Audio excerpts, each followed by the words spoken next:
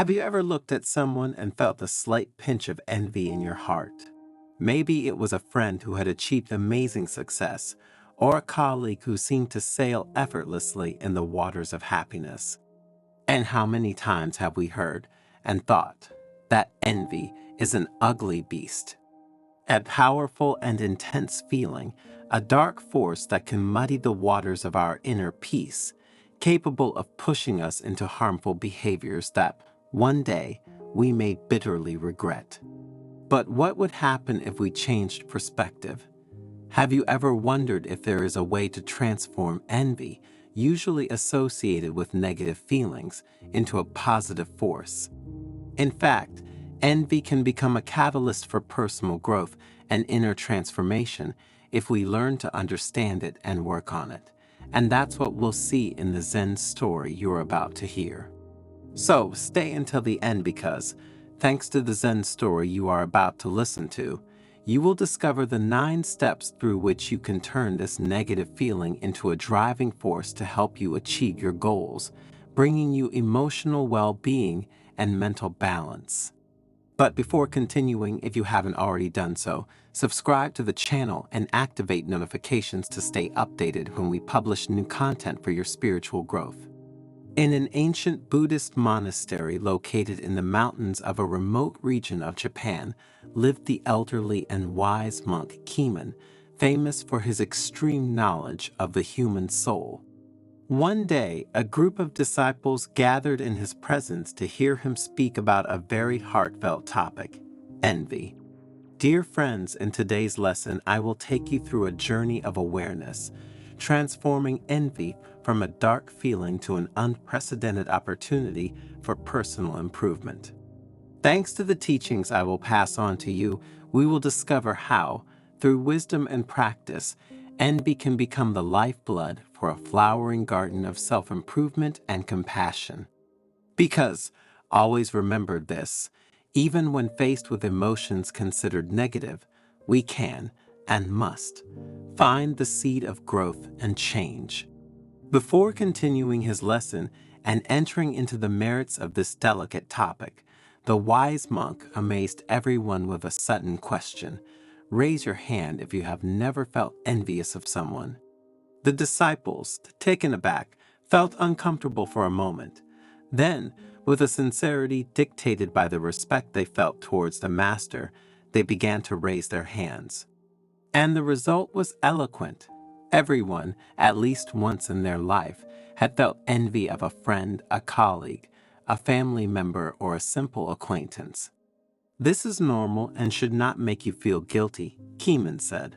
You are human beings, and as such, you are subject to the various emotions that pervade us, and among these there is envy.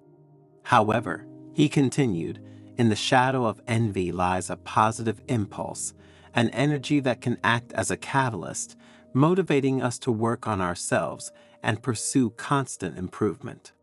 Those who feel envy for someone, in fact, have 2 choices.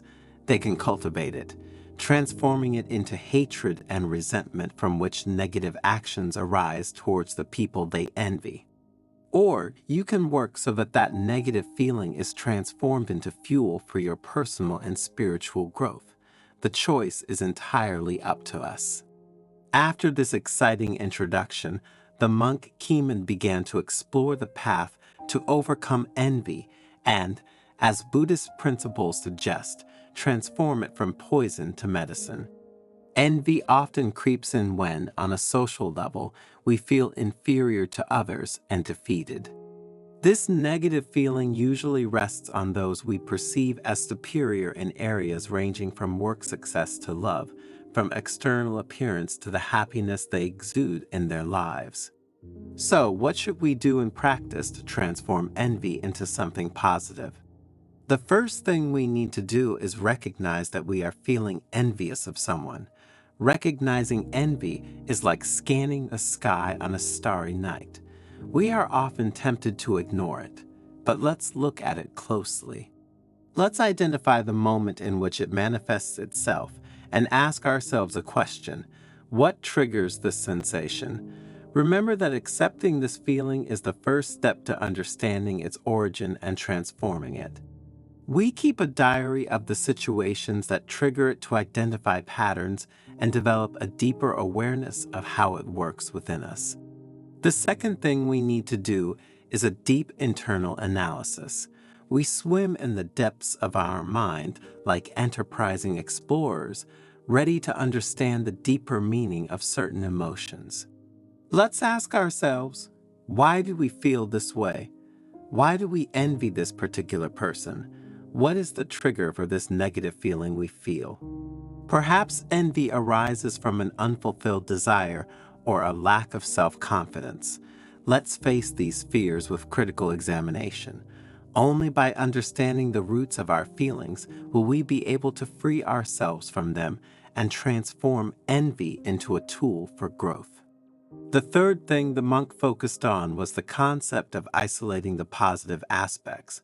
But before discovering it, I invite you to leave a comment under the video with your opinions so we can compare. Let's imagine envy as a painting. Keeman continued, speaking about the concept of isolating the positive aspects. Instead of focusing on the shadows of our jealousy, let's isolate the positive colors we can admire in others. If someone has achieved a goal, we examine the efforts and hard work that led them to achieve that specific result.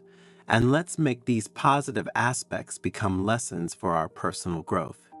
Simply put, let's ask ourselves, how can I translate other people's successes into inspiration for my goals? How can I implement the same strategies that led those people to where I would like to go to? The ability to set clear and achievable personal objectives was the fourth point on which the elderly monk concentrated. Let's imagine we are architects of our own aspirations, Keeman suggested. We set goals that reflect our values and passions. If we envy someone's career, set specific goals to improve our skills and achieve personal success. Let's ask ourselves, how can I transform the envy I feel for that person into a driving force for my professional growth? Are you enjoying this story? If the answer is yes, we invite you to like and share the video. Thanks to these small gestures, you will help us produce new valuable content every day. Another important aspect that can help you turn envy into something positive is positive comparison. Keeman continued, suppose we are in a very competitive context. Let's compare ourselves in a positive way, recognizing that each of us is an essential piece in the mosaic of life. Every individual brings with them something unique and precious, so instead of acting to damage the object of our envy, let's ask ourselves, how can I transform competition into collaboration? How can I learn from others without giving in to envy? The sixth piece in this process of transforming envy into a driving force for our personal growth is to practice empathy. Think of a time when we envied someone's peace of mind. Keeman said, let's sit with him and listen to his story. Empathy is the key to breaking the chains of envy. We understand that everyone has their own set of challenges, that everyone has gone through hardship and suffering to get to where they are. So let's ask ourselves, how can I transform my envy into mutual support? Continuing, Keeman spoke about creativity. Let's imagine we envy someone's creativity, he said. We channeled this feeling into a personal artistic project. Each creative trait becomes a step in our unique self-expression. How can we transform and channel envy into an opportunity to explore our creativity and create something unique? Let's think about it and find the way. The importance of gratitude was another essential point of the master's lesson. Let's imagine we're in a room full of treasures, he said. Whenever envy arises for someone, practicing gratitude is like recognizing our personal treasures. Let's ask ourselves, what do we already have in our lives that makes us unique and precious? While the disciples were happy and moved by Keeman's teachings, the monk suggested an active way, based on compassion, to transform envy. We consider envy as an invitation to perform kind actions, he said.